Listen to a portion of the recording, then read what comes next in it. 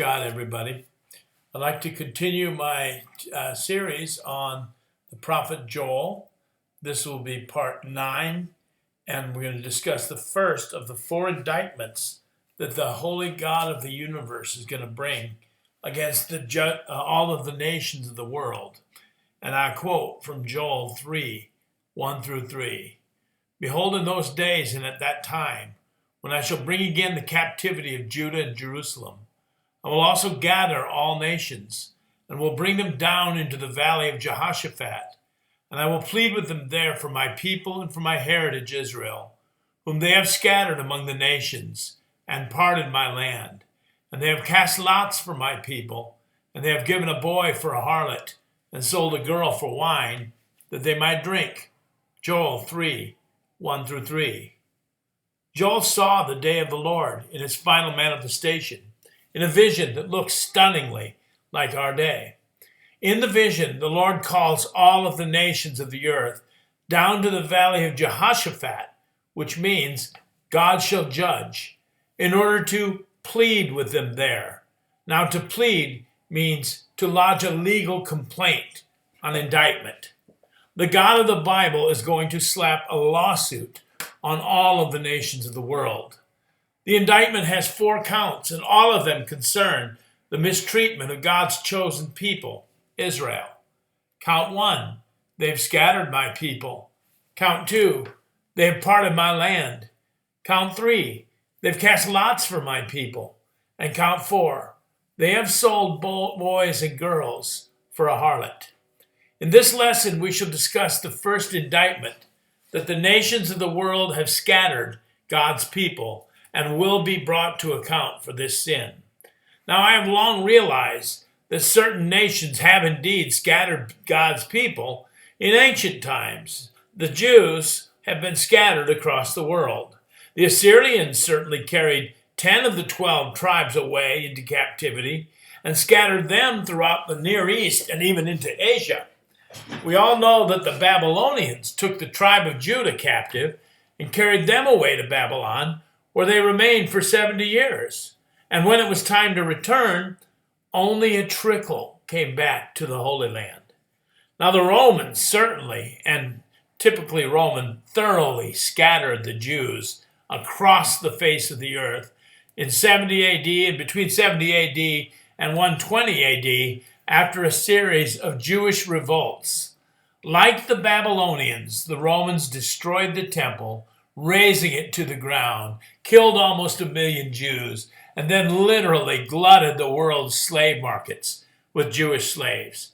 If you go to Rome to this day, 2 of the greatest attractions, the Colosseum was built not only with Jewish slave labor, but it was financed by the plunder of the temple. And then there's the Arch of Titus, which is a bas-relief arch, one of the most fantastic victory monuments in Rome. And you can clearly see in bas relief the Roman legionaries carrying away the sacred worship implements of the temple, including the holy candelabra. It really is a sign from God. Now, the Gentiles definitely scattered the Jews so thoroughly that only now, recently, 2,000 years later, tribes of people in India, China, Central Africa, and other very diverse places throughout the Arab world are being found who mysteriously keep Sabbath, won't eat pork, maintain other customs foreign to their surroundings, and upon DNA examinations, they've been found to be Jews. Throughout Europe, the Ukraine, the Balkans, Russia, Eastern Europe, and through the Muslim world again, Jewish communities would scrape together a life, prosper just a little, only then they would be dashed by pogroms, expulsions, and persecutions. Moses and Solomon predicted this. Listen to these scriptures. You shall become a horror, a proverb, and a taunt among all people where the Lord drives you. That's Moses, Deuteronomy 28:37. Solomon, in the dedication of the temple. If you and your sons indeed turn away from following me, and do not keep my commandments and my statutes, which I've set before you, and if you go and serve other gods and worship them, then I will cut off Israel from the land which I have given them, and the house which I have consecrated for my name I will cast out of my sight.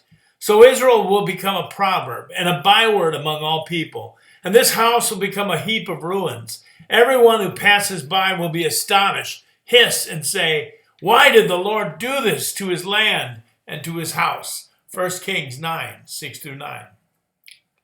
Moses and Solomon, among others, warned Israel that she would be a byword for all of the nations to take note of if Israel were to turn away from God. And thus the wandering Jew, the quote, wandering Jew, unquote, has been a phenomenon that dates back centuries, and in this way, the scattering of Israel has continued throughout the long 2,000-year night of exile. Indeed, the Gentiles are guilty of scattering the Jews. But what about now in our modern world? Does this apply to us? Have we been complicit also in the scattering of Israel? Unfortunately, I can point immediately to two prominent recent examples, that of America and of the United Kingdom. Now, admittedly, America has always been a very open and friendly nation towards Israel. It is true. But during World War II, we participated in a very disappointing incident, which is just one example of our policies toward the Jews.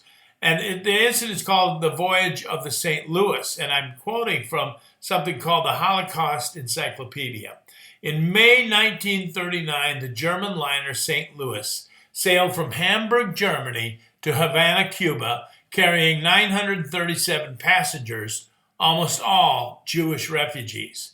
The Cuban government refused to allow the ship to land, and the United States and Canada were unwilling to admit the passengers that went to several ports along our coast. The St. Louis passengers were finally permitted to land in Western European countries rather than return to Nazi Germany. 254 of those passengers were killed in the Holocaust. Here they got all the way to St. Louis. They got all the way to all our ports up along the East Coast.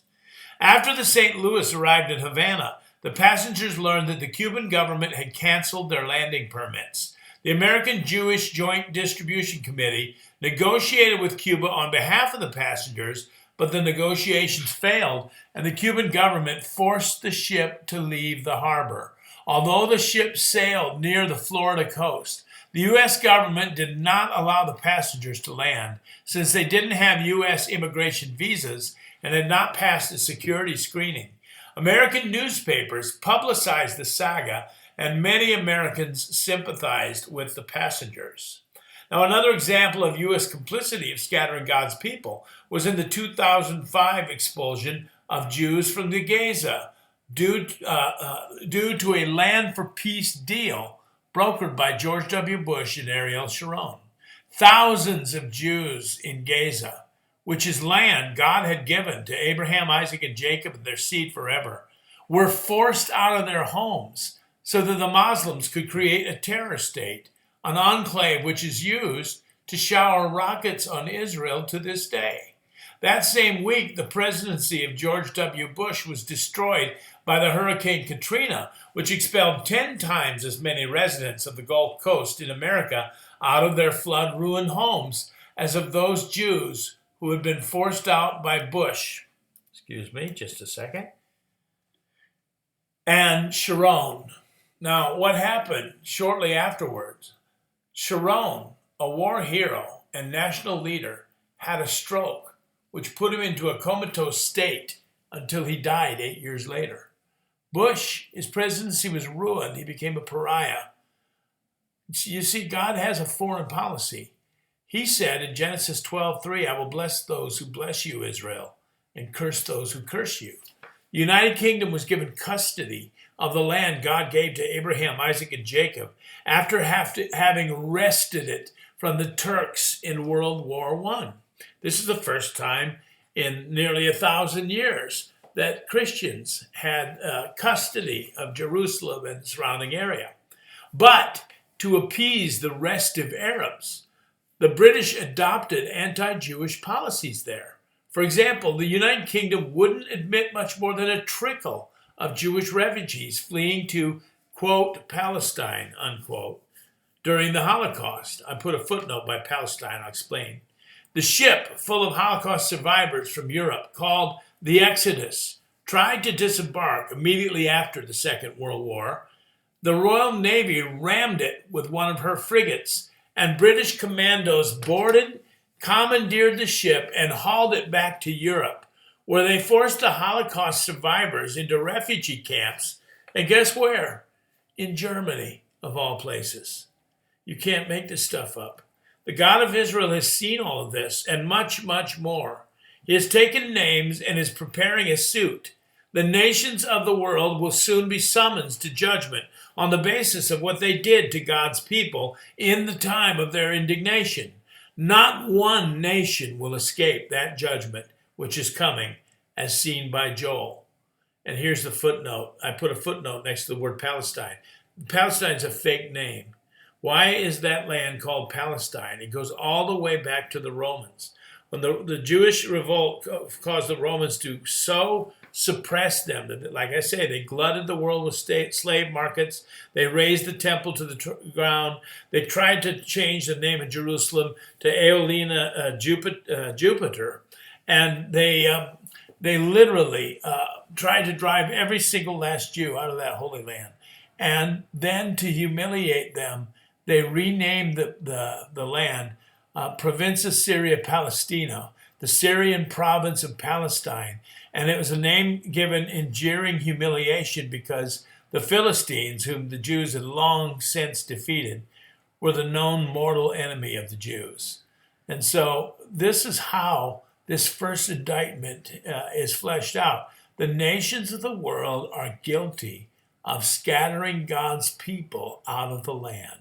The other indictments we'll take up next. God bless.